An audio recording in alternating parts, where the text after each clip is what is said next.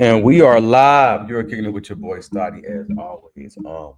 Yeah, I'm trying my best to keep up with this shit with the Diddy and Cassie stuff as much as possible. You feel me? I've been doing so much overtime. I just worked overnight, bruh. So let's get right into it. You feel me? I'm trying to keep up the best that I can. We really love Lauren Ladosa. So let's go. Lauren Ladosa.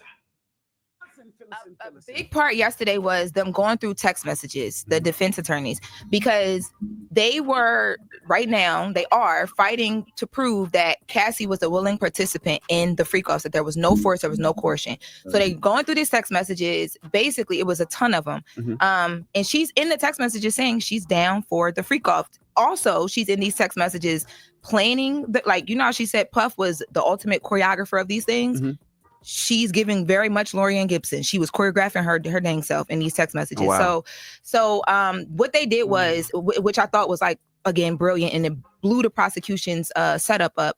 The day that Diddy and Cassie got into that fight at the Intercontinental Hotel, the video that CNN dropped, when the prosecution presented the narrative around it, okay, let's give y'all some background info, they only used 3 texts from the day of March 5th. The defense attorneys was let's go back to March 3rd.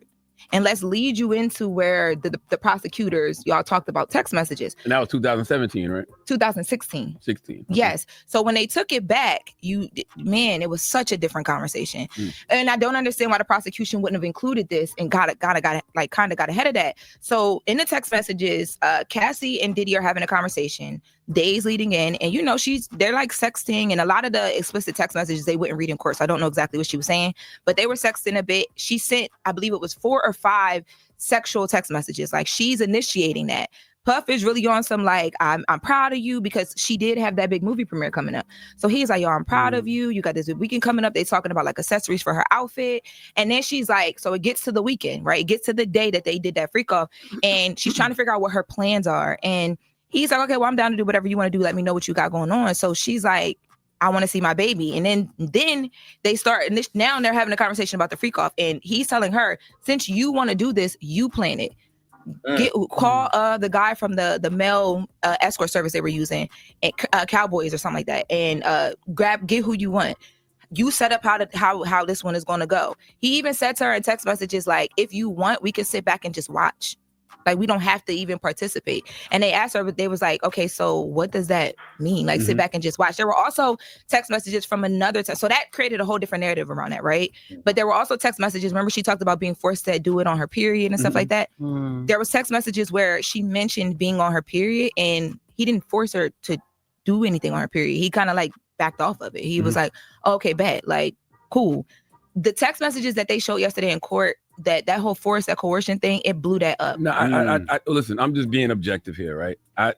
Diddy's legal team has already conceded to some aspects of his conduct. Yes, 100%. So they're just trying to say, in regards to Cassie, it wasn't coercion, it was consensual. Yes. Correct. Now, those text messages go all the way back to 2009. Yes. Right? And then, they even before, they had 2007, I think, is some text. Okay, so the ones that are from 2017, all Cassie is going to say is that she said whatever needed to be said, because if she didn't comply, he would beat her up or be violent to her. She already admitted that she loved him. Yep. She said she also was afraid of him. That's typical in an abusive relationship. 100%. So that when you no, I don't believe that blows up the prosecution. The only thing that I will say back to that, because I said the same thing too, because also that's that text thread is from 3 days out of a 10-year relationship, right? So there has to be way more. We know there's way more because we've seen the evidence of him being physical, I disagree. right? It shows that she was involved and that she wasn't being forced. But I think what if she was afraid? When she takes this, when next time she takes a stand and they ask, when she texts him to ask about it, I think it's going to show that she wanted to do it just as much as he wanted to do it.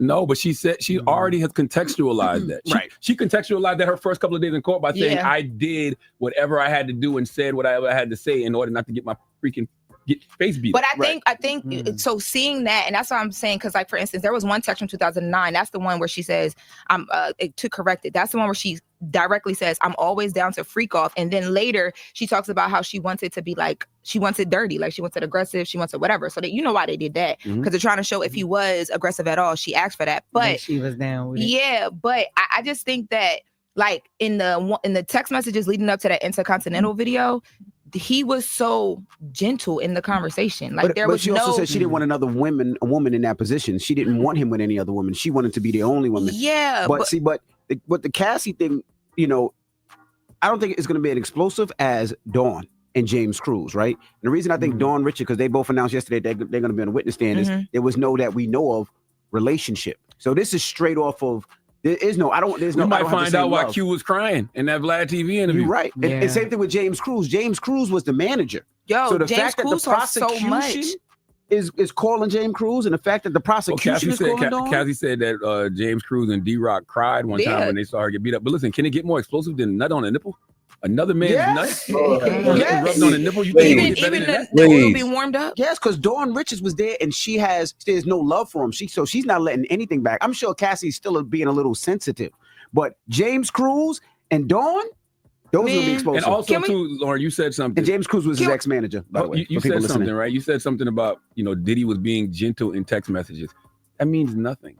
Because we saw the hotel video. So you can be gentle in a text message, but then in person. No. The only reason I brought that up is because we saw the hotel video, but when Cassie talked about the hotel video in court, the way that she framed how the lead up to that was, like even their interaction while she was on stand, it came off as very much like aggressive. Oh my God, I'm just here. I don't want to be here. My body is being like used, bruised, and like I like almost like literally like a sex slave almost. But then you see the conversation and he's like, we shouldn't do the freak off because you got this big movie premiere.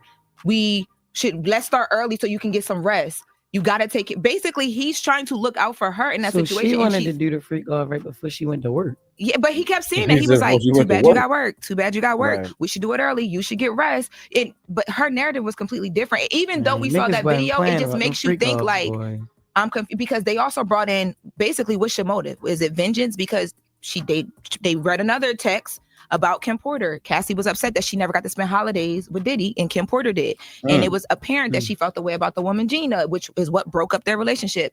Michael B. Jordan got some strays in here. It was revealed that so they had a meeting with Kid Cudi before they blew up a car. Allegedly, they went to dinner with Kid Cudi. Puff sat them both down and wanted to have a conversation about the relationship. They brought that up yesterday because she made it seem like he sat them down because he's big bag Puff trying to scare him.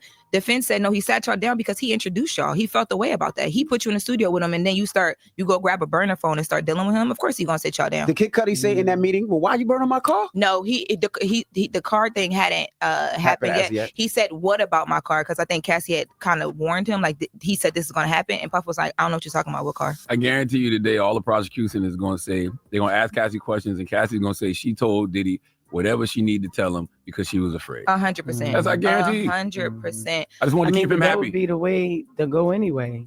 That would be the most sensible thing to say. Yeah. I just want to keep him happy because I was afraid. If she already said if I didn't do what he wanted me to do, he'd beat me up and all types of other stuff.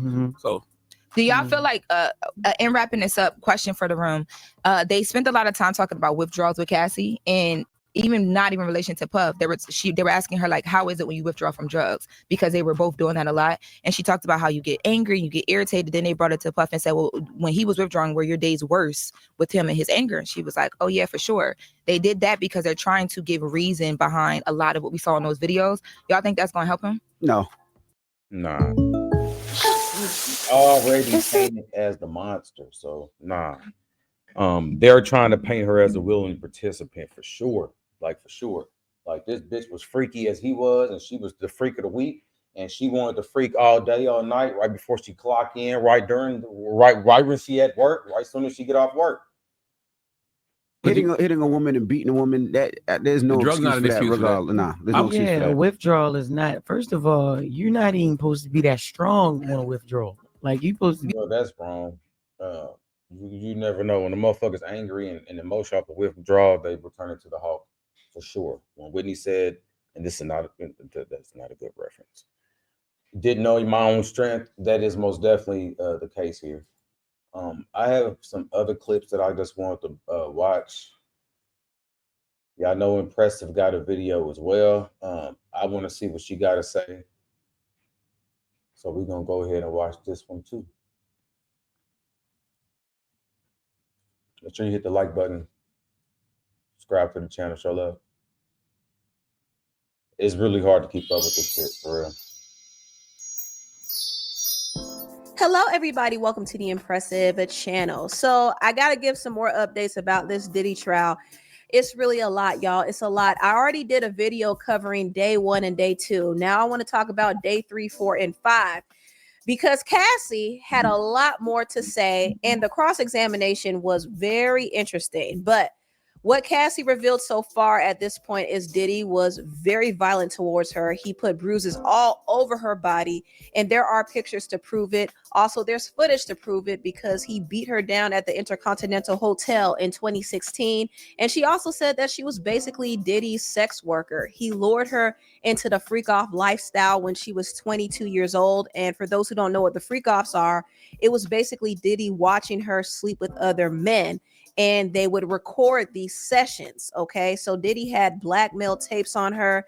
Not to mention, Diddy had her pick out the escorts and he would watch them douse themselves with baby oil because Diddy was a baby oil bandit. Who the fuck got these mean? Now, who did One this time shit? he had Cassie jump into a pool full of baby oil, and What? also he liked Is it to see oil that his we watching right escorts now? urinate on Cassie okay, during so these yeah. sessions. You One of people the are sick. escorts even said that Cassie and Diddy told him wow. how to pee on her. And after these sessions, Cassie and Diddy would go into a private room and Diddy would have her smear the semen from the escorts on his nipples. I mean, the details were just nasty. And Hey, you Cassie just was told him high to out of her thanks. mind during these freak off sessions. And sometimes the sessions would last for days. Whew. It was a lot. It definitely was a lot. But some people question whether or not Cassie's testimony is related to the charges that Diddy is currently on trial for. Diddy is facing racketeering, sex trafficking, and prostitution charges right now. And I will say there was a point in Cassie's testimony where she said that Diddy used travel agents for his company to book and fly escorts to their freak off locations. He also had his staff provide them with drugs, which is also illegal. So it could be argued that he was using his company to engage in criminal activity, which does support the racketeering and the prostitution charge. Now, just to recap the rest of Cassie's testimony, she talked a lot more about Diddy's violent behavior towards her. One time she went to Prince's party and Diddy saw her there and he was angry. And later on, he bust into her hotel room, beat her down and threw luggage at her. He would oftentimes hit her in front of staff and other people. Even after that hotel incident where he beat her down, he was calling her constantly and he was banging on her door and yelling for her to come outside. He was just harassing her. And not to mention, she recounted times when he attacked other people, like his assistant Mia. He dragged her out the bed. Cassie also said that Diddy hung one of her friends over the balcony. And he also attacked another one of her friends with a wooden hanger because he was mad that she was doing drugs with her, because Diddy didn't want Cassie doing drugs with anybody but him. But Cassie did admit to sometimes initiating physical fights. One time she drunkenly hit Diddy in the face in response to him insulting her, and Diddy beat the mess out of her. He dragged her in his car and stomped her face, and when she tried to run away, he had his security bring her back to the house. So she detailed multiple incidents like this, and also she said Diddy was very jealous. He hated the idea of her being with other men, even though he wasn't faithful to her. At one point, she was dating the rapper Kid Cudi, and she was talking to him via her burner phone. And she was being very secretive because she thought it would be dangerous if Diddy found out about it. And it certainly was, because when he found out, he lunged at her. In an email, Cassie said that Diddy threatened to hurt her and Kid Cudi, but not with his own hands. He said he'll be out of the country when it happened. And it so happened that later on, Kid Cudi's car was blown up. So this right here also proves the prosecutor's case of arson. That was under the whole racketeering charge. Arson is what Diddy used as intimidation tactics. Diddy was not only jealous of Cassie's relationship with Kid Cudi, but he was also jealous when he heard Cassie was dating Michael B. Jordan back in 2015. And it was said that Diddy threatened Michael B. Jordan, but Cassie said on the stand that she wasn't sure how Diddy reacted to the news that she was seeing him.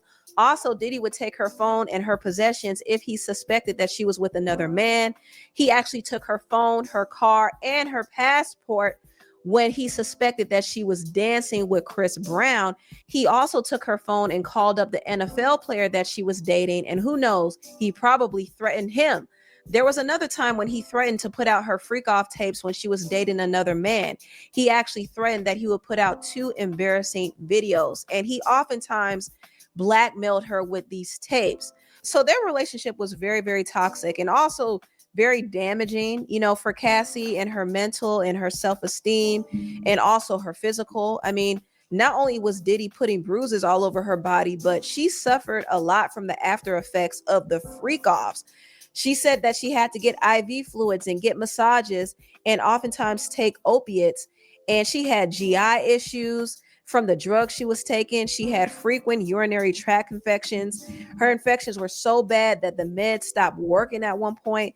She also had mouth sores from getting blowjobs and taking drugs. She also had a bad drug problem because she took a lot of drugs while she was doing those freak offs. She took ketamine, she took MDMA, ecstasy, you name it. She took cocaine, and she had a bad opiate addiction. And she literally lost a sense of smell and taste, and her arm would be numb sometimes. Diddy actually suggested that she go to the doctors to help her with her addiction, but he was an addict too. He was addicted to opiates.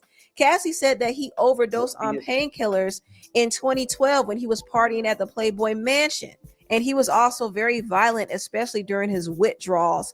So he had a bad addiction too. They both did. But Cassie was really broken at the end of the relationship. She oftentimes wanted to take her life. She had to go to rehab and go through trauma therapy to treat her PTSD. And she had to go through various neurological treatments to help with her memory loss and her sensory issues. The drugs and the freak offs took a toll on her. It really did take a toll on her. And it's really a miracle that she's still alive. It's a miracle that Diddy is still alive, considering all they were doing. And Cassie did end up getting awarded $20 million from that lawsuit she had against Diddy. And she also got another $10 million from the Intercontinental Hotel after they leaked that footage of her getting beat down. So she did get some compensation for the horror that she went through. However, she said that she would give that $20 million settlement back if she didn't have to go through the freak offs. And she cried about it while she was on the stand. She said, if I never had to have freak offs, I would have had agency and autonomy, and I wouldn't have had to work so hard to get it back. Cassie also had to fight her way out of her contract because Diddy stunted her career completely. She signed a deal for 10 albums, but she only did 1 album, and she basically worked as a sex worker throughout her 11-year relationship with Diddy. Cassie's story was really, really heartbreaking. It was, but things got interesting when she was cross-examined by Diddy's defense team, because it did show that Cassie wasn't really forced to be with Diddy. They said that she was a willing participant in the freak offs, and they showed all the messages where she agreed to do the freak offs. Some of the messages were very graphic as well, but Cassie said that she did this to please Diddy. But this didn't necessarily mean she wanted to do the freak offs, because most of the times she had to be high to even do them.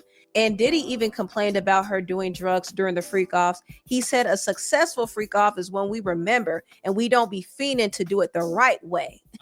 But the defense showed all the emails of Cassie sharing her feelings with Diddy. She actually left her producer boyfriend Ryan Leslie for Diddy. Cassie called him Pop Pop, which was a nickname that she used for her grandfather. That is very sick, but she was begging for his love and attention in one of the messages. And also Cassie was jealous of Diddy's late ex, Kim Porter. Diddy and Kim shared 3 kids together, and Diddy oftentimes spent holidays with Kim and the kids, and Cassie was upset about that. Even though Diddy and Kim weren't together at the time, Diddy kind of treated her like the wife, while Cassie was like the dirty side chick. Also, Cassie sent a message to Diddy in 2013 saying she was upset that she couldn't spend time with his kids. She was hurt that he was with Kim. She said, I've been at the edge of tears this whole week. I don't think you sympathize with my feelings. I understand you feeling like you need to protect your children, but after a while, it's like, for what? They've never known you and Kim to be together. unless there's something I don't know about.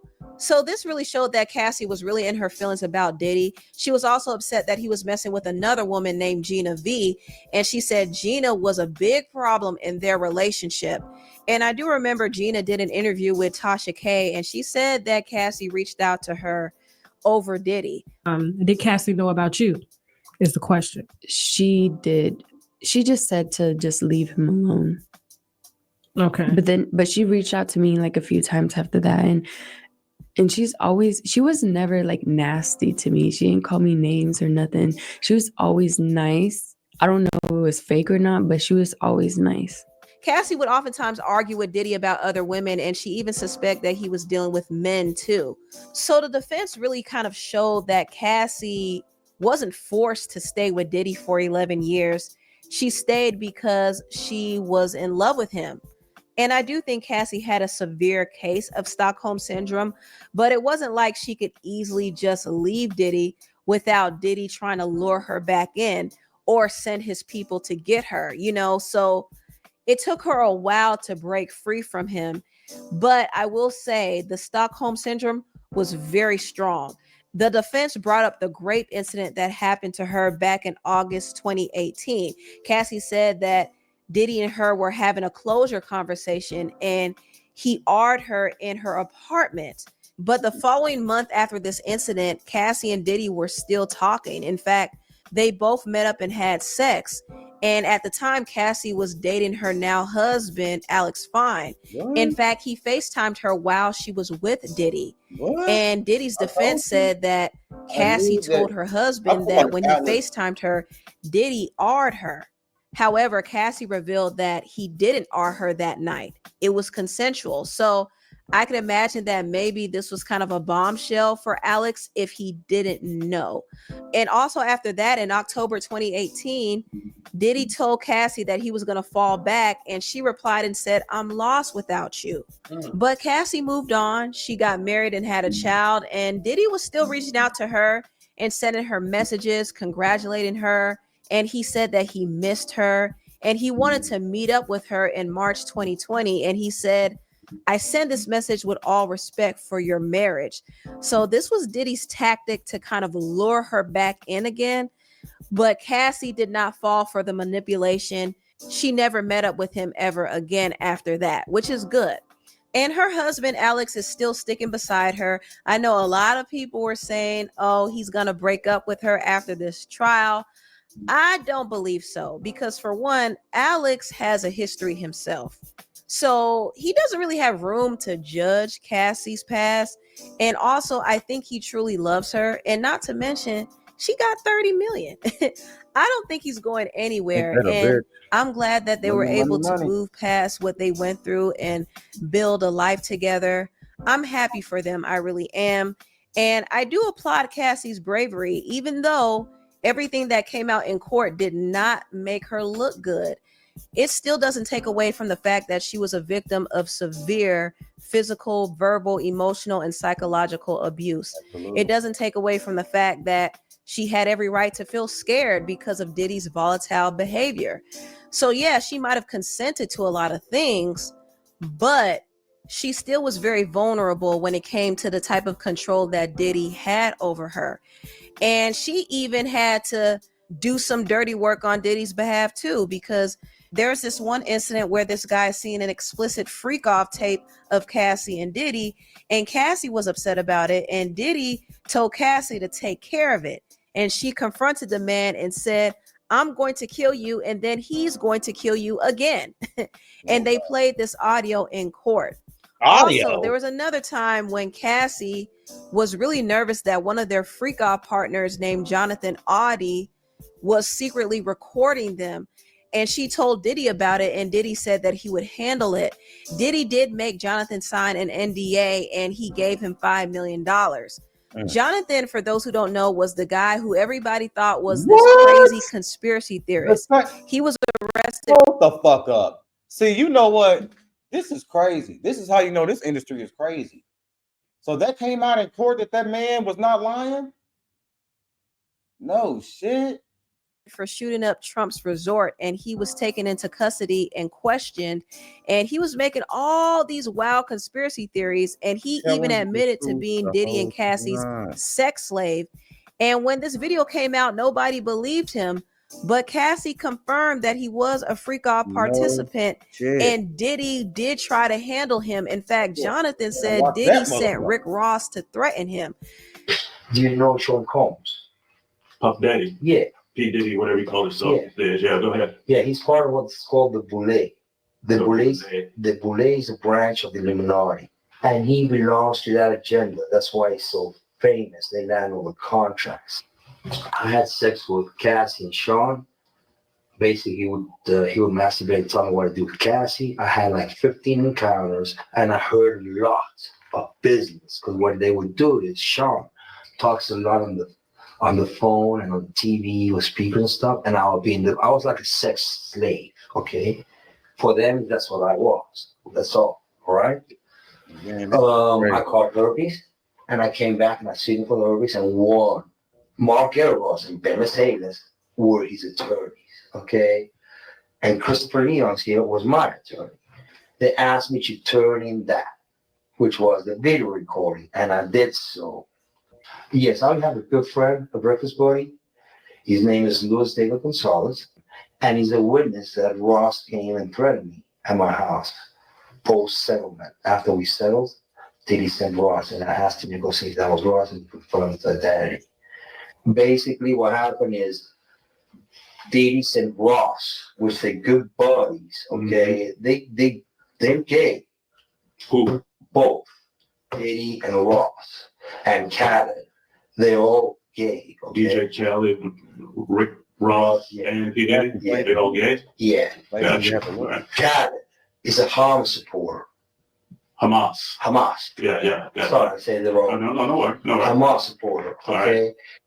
The feds. They have a big file of me like this. See, it's like, it sounds like everybody else be high at the freak outs, but then motherfuckers, that's like them functioning addicts be the one that always pay attention. Them motherfuckers be off of everything. Off of the coke, the bloke, the MDMA, the ketamine, motherfucking everything. But they don't miss, right? They still be on it. That shit is crazy. That motherfucker said, look, I was there. Everybody was getting high. I was getting high too, but I ain't miss. Because P. Diddy and Mark Garibus have been trying to set me up and lock me up as an extortionist, asking for money. It was not so. The stuff that Jonathan was revealing was wild. Like, he was talking about all the rituals and stuff they do in the Illuminati. And he even predicted back then that there would be an assassination attempt on Donald Trump. It was kind of wild. And I will say Cassie was very strategic when she brought his name up in the trial, because a lot of people are going to refer back to that interview and really see what he's talking about. And I do wonder if the prosecutors have him as a witness. It would be interesting, because I know that he would reveal a lot, especially when it comes to the drug trafficking that Diddy allegedly might be involved in. They move all the dope. Okay, all the dope on private jets. Okay, they move what's called high grade powdered MDMA. They move cocaine, and they move liquid cocaine in the bottles too. I've seen the liquid cocaine. I've drank it myself. Having sex with Diddy and Cassie. Okay, it's not good. He drinks it all the time. All right, he calls it G. That's liquid cocaine. All right. Jonathan was revealing a lot. He really was. And you know something, even though he would be a good witness, I don't know if he's ever going to make it to the stand, because he's going to uncover too much. And that's the unfortunate thing about this all, is they don't really want to expose the whole operation and all the powerful players involved. It's so much deeper than Diddy, so much deeper than him. But anywho, Dawn Richard also hit the stand. If you don't know, Dawn was Diddy's artist. She worked with him from 2004 to 2011. She said one time Cassie was cooking eggs in the kitchen and Diddy was demanding, "Where my eggs at?" And he took a skillet and almost hit her with it. And then he kicked her and dragged her upstairs by the neck. And then the next day, Diddy told Dawn and his other artist, Kalina, not to tell what happened because he said people go missing if they talk. So that was kind of like a threat. I'm telling you, this case is a lot. It's a lot. It's a lot. It's a lot. And it doesn't stop. There's this bodyguard who works in the entertainment industry. He's worked with a lot of different celebrities, including Diddy. And he kind of spoke on Diddy poisoning people. He said that he was poisoned. There are rumors that he poisoned his ex, Kim Porter. And I'll be sure even felt like Diddy had something to do with his health crisis. And even Jamie Foxx joked about Diddy causing his health scare. And it's interesting that this happened when these individuals were about to expose Diddy. There have been rumors circulating online that Diddy may have poisoned Jamie Foxx, which caused his 2023 hospitalization.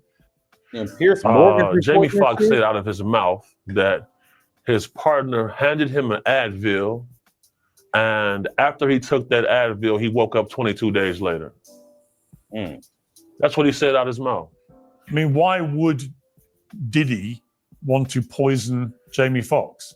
When you come under federal investigation, they send you a target letter. You know, you get informed that you're being investigated. So if you wanted to tie up loose ends and you were concerned that people that you knew could incriminate you, you may have interest in eliminating them. We've seen this all throughout history.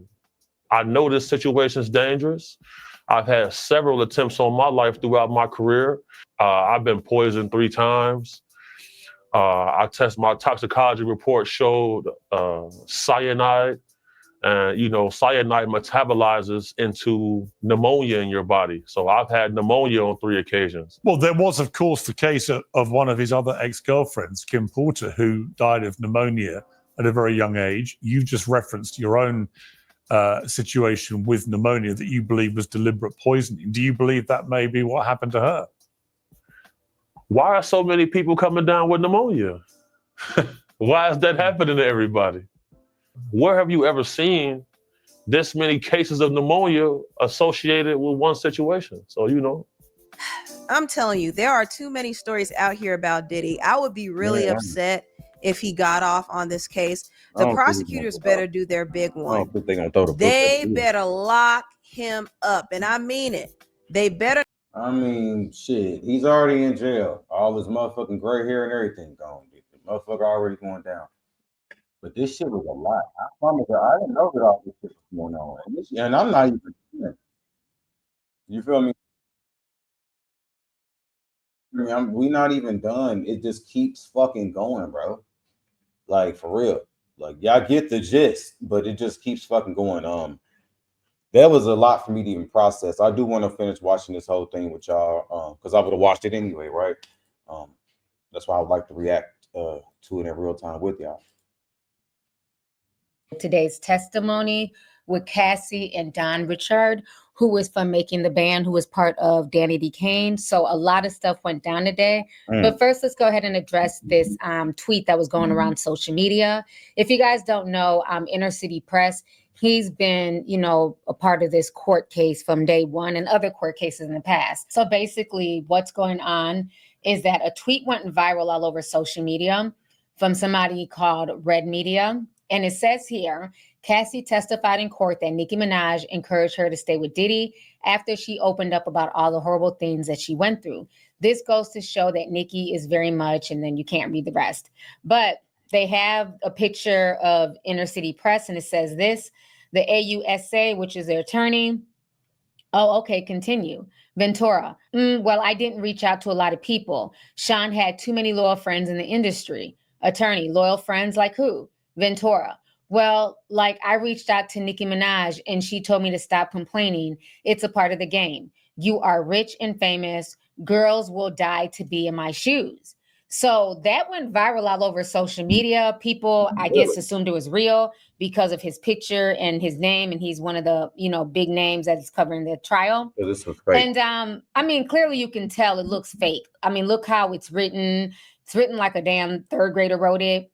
And, again, people have to be very, very smart before posting and reposting and retweeting information. So once Inner City Press got a hold of this and he found out about it. He shut it down. Now, there were a lot of celebrities mentioned in this, 5-day trial. I mean, she talked about Michael B. Jordan. Today, she talked about Chris Brown, but Nicki Minaj was not mentioned. She denied that. What was this all about? So we heard a lot of celebrity names, like you're correct. Chris Brown being one of them, dancing with Cassie, according to Sean Combs. We also heard about her dating Kid Cudi for a point of time. So, people have to put the truth out there. You can't just put out a lie and then keep it moving. So I'm going to read to you guys what Inner City Press really said concerning this fake situation with Nicki Minaj and Cassie Ventura. So he says, note, Inner City Press has been informed that a falsified post of its reporting has been circulating. The post below is not from Inner City Press, which is reporting right now. What's said in the U.S. versus Sean Combs trial, which has not included the below. So basically, he confirmed that that tweet that's going around Twitter about Nicki Minaj, telling Cassie to stay with Diddy is fake. So y'all know I'm going to be fair. I'm going to report the truth. He's saying that they did not post that. So, whoever's spreading the rumors, y'all need to stop because Cassie has not mentioned Nicki Minaj's name at all. So I hope that deads the situation because it was a mini civil war on Twitter, with people going back and forth and it's not even real. Y'all have to definitely watch out for fake information, fake news. So I'm going to kind of go in between a few different posts because some people have more details than others, but in Inner City Presses, he talks about Jonathan Oddi, the man who had blasted Diddy and Cassie back in 2018 when everybody had assumed he was crazy. So he's one of the few people that had covered this part. So I want to go ahead and show you this. It starts by saying, what did Mr. Combs say when you told him you thought Mr. Oddi was recording? Ventura, he said he'd take care of it. The attorney, are you aware of an escort leaving comments on Mr. Combs' Instagram page? Ventura, I am not. Mr. Combs spent a lot of money to make sure the video did not get released. Ventura, I don't know. You had a conversation with Jonathan Oddi that was transcribed. Ventura, I'm not sure. He was volatile. Ventura, I didn't trust him. So she's saying that she felt deep down inside that Jonathan Oddi was low-key a clout chaser who couldn't be trusted. Then they go on to talk more about her text messages to Diddy. And they say, and you write back, we can embrace LOL, and you wanted to hug him, right? Ventura, that's what I said. Did you have sexual intercourse with Mr. Combs that night? Ventura, I did. And during that night, your now husband FaceTimed you.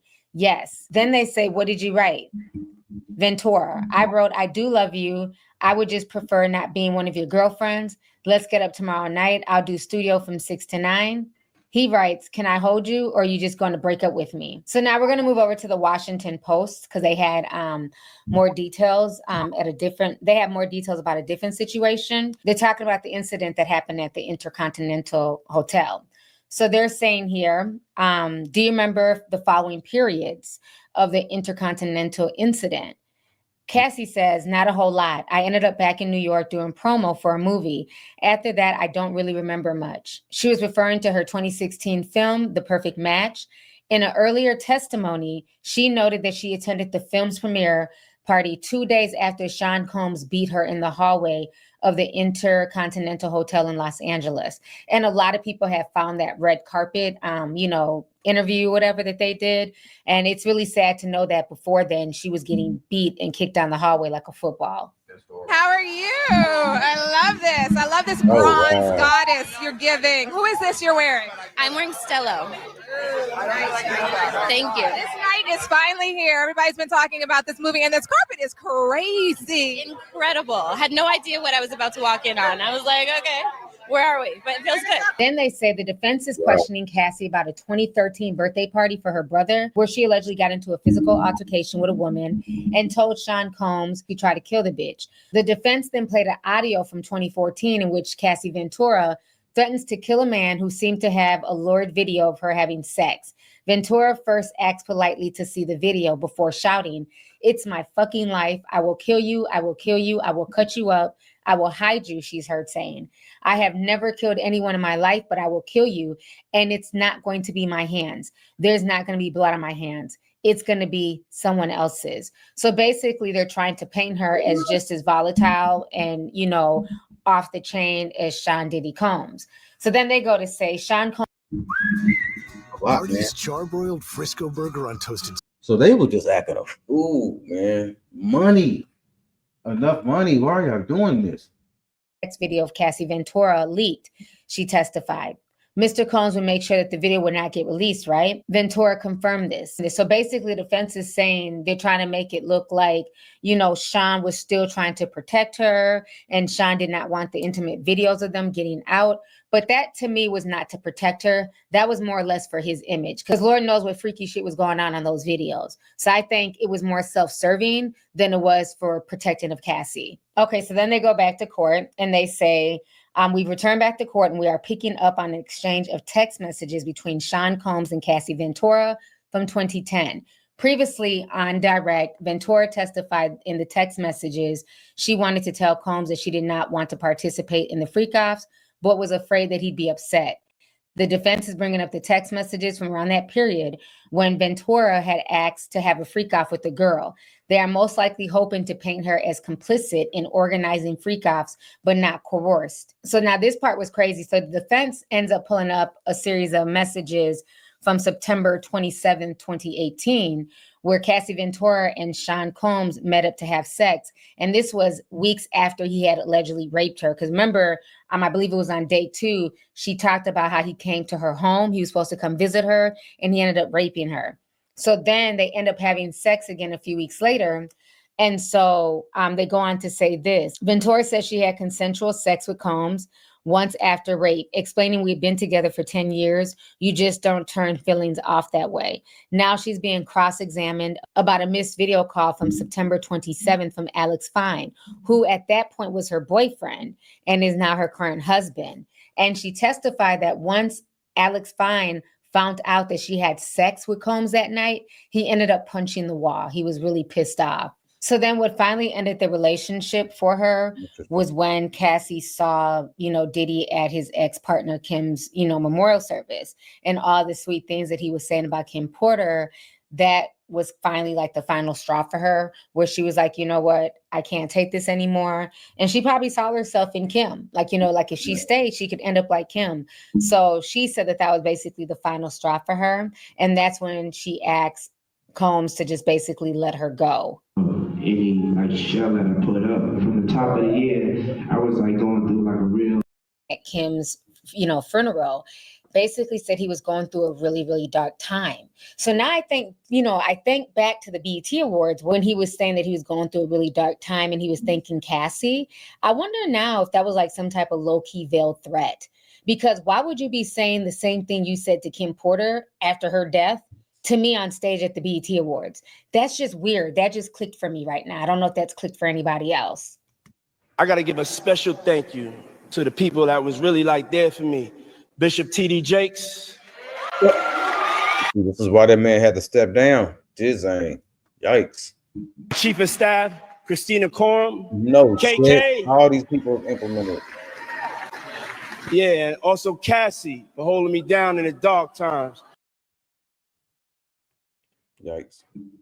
And that's when she basically broke up with him. So now we fast forward to 2019, and the defense is showing a series of text messages where Diddy sent her a text basically congratulating her on her pregnancy and telling her that he misses her and he's sending her love and light, and that he also had a dream about her. Then they're also saying Ventura mostly didn't answer these texts except to thank Combs until March 2020 when Combs texts that he missed his best friend and shit had been rough without their friendship.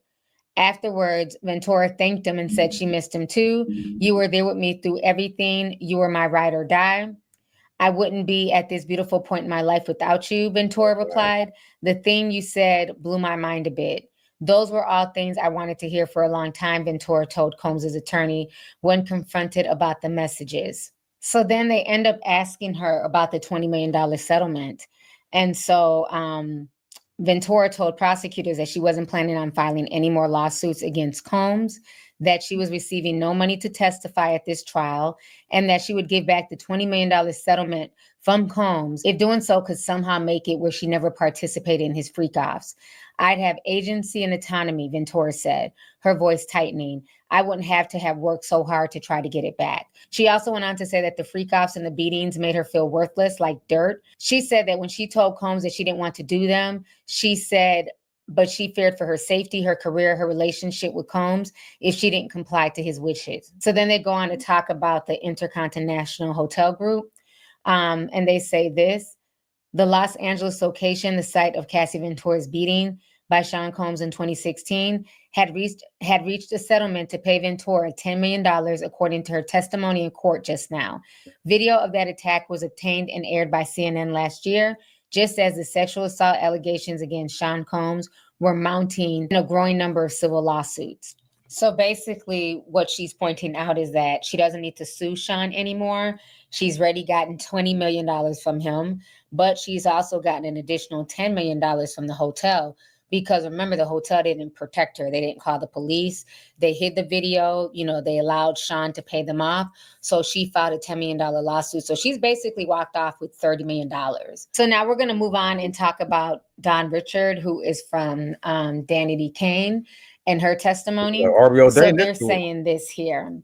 Don Richard, who performed with two bands managed by Sean Combs, testified that she saw him attack his then girlfriend, Cassie Ventura, in 2009. He came downstairs screaming belligerent, asking where was his food, and he continued to hit her in the head and kick her on the ground in front of us, Don told the jury. She outlined the same alleged assault in the lawsuit that she filed in September, accusing Combs of physically and sexually abusing her, among other people. Combs has denied those accusations. So she says that she was visiting Sean Combs' Los Angeles home to record music and had joined Cassie Ventura in the kitchen when Combs attacked. He came downstairs angry, saying where the fuck was his eggs? And he was telling Cassie she never gets anything right. Where the fuck was his food? And he came over to the skillet with the eggs in it and tried to hit her over the head, and she fell to the ground.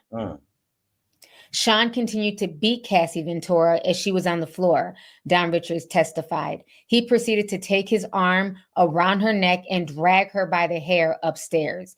Don Richards said following that day, Combs invited her and bandmate Kalina Harper, who also allegedly witnessed the attack, to record music in his studio. Richard testified that Combs told the two women that the violence they had witnessed was passion. And she said he threatened that where he comes from, people who say something end up missing. So after that, the judge, basically dismissed her because they didn't have any more time for the day. But she will be returning back on Monday to testify some more. So that says a lot. If he's willing to flip out over some eggs, imagine what else he's willing to flip out over. Something as basic as eggs. And the fact that he was willing to beat her like that in front of two people. Imagine what he did to that woman behind the scenes when nobody else was looking. So this is just, it's really disturbing just seeing all this play out. They also said that on Monday, Cassie's mom is also supposed to testify as well. But Cassie is done. She told her story. She got everything off her chest. And so just a little bit ago, her and her husband's attorney spoke. And they read a letter from both Cassie and Alex Fine. So I want you guys to go ahead and check out this video right here. It's hard to put into words how honored I have been to represent Cassie Ventura. Since we filed her civil complaint in November of 2023, she has shown such great courage and bravery for stepping forward. And she has now testified throughout this entire week. She's done so under the most difficult of circumstances, just about to give birth to her third child, and under some very difficult circumstances because of the subject matter of what she testified to. Putting that aside, she was able to do so poignantly. She was able to do so graciously. And it's a real testament to who she is and the support that she has. I have a statement from her, and I also have a statement from her husband, which I'll read in a moment. But before I do, there's a few people I want to thank. Most importantly, I want to thank great lawyers, but also just great people who have made Cassie just prepared, as well as her husband. They're two separate statements. I'll read Cassie's first. This week has been extremely challenging, but also remarkably empowering and healing for me. I hope that my testimony has given strength and a voice to other survivors. It can help others who have suffered to speak up and also heal from abuse and fear. For me, the more I heal, the more I can remember. And the more I can remember, the more I will never forget. I want to thank my family and my advocates for their unwavering support, and I'm grateful for all the kindness and encouragement that I have received. I am glad to put this chapter of my life to rest. As I turn to focus on the conclusion of my pregnancy, I ask for privacy for me and for my growing family. And then I have a statement from Alex Fine. Over the past 5 days, the world has gotten to witness the strength and bravery of my wife, freeing herself of her past. There has been speculation online surrounding how it must feel for me to sit there and listen to my wife's testimony. I have felt so many things sitting there. I have felt tremendous pride and overwhelming love for Cass. I have felt profound anger that she has been subjected to sitting in front of a person who tried to break her. So to him and all of those who helped him along the way, please know this: you did not. You did not break her spirit nor her smile that lights up every room. You did not break the souls of a mother who gives the best hugs and plays the silliest games with our little girls. You did not break the woman who has made me a better man. I did not save Cassie, as some have said. To say that is an insult to the years of painful work my wife has done to save herself. Cassie saved Cassie.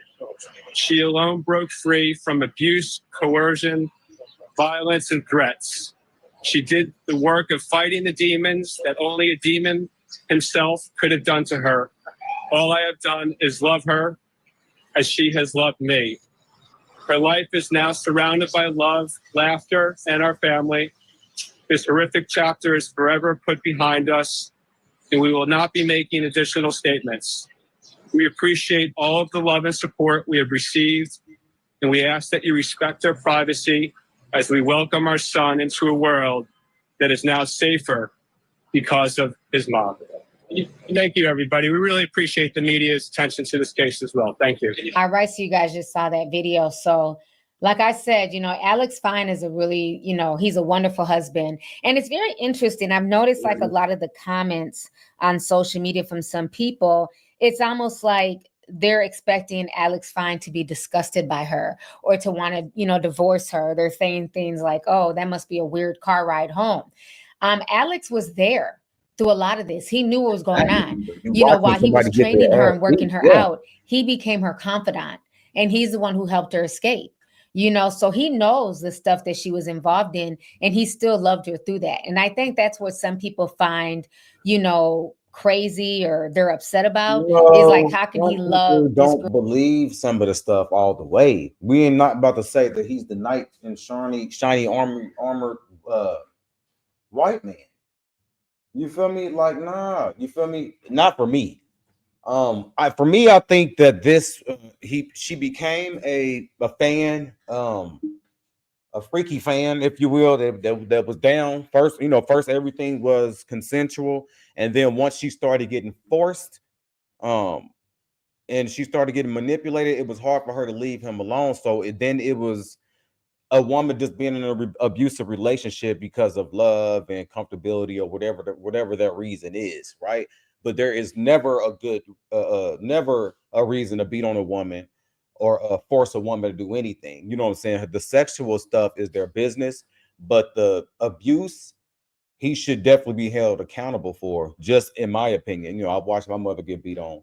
So yeah, this is just not what we do. You feel me? That's just not what we do or not what we support. So just the video alone for me is damaging. You feel me? And he should go to jail for that. Now, the sex trafficking thing is a whole nother thing. So yeah, which he gonna go to jail for too. The Alex Fine thing, I feel like, in my opinion, I think that he was a hired escort as well.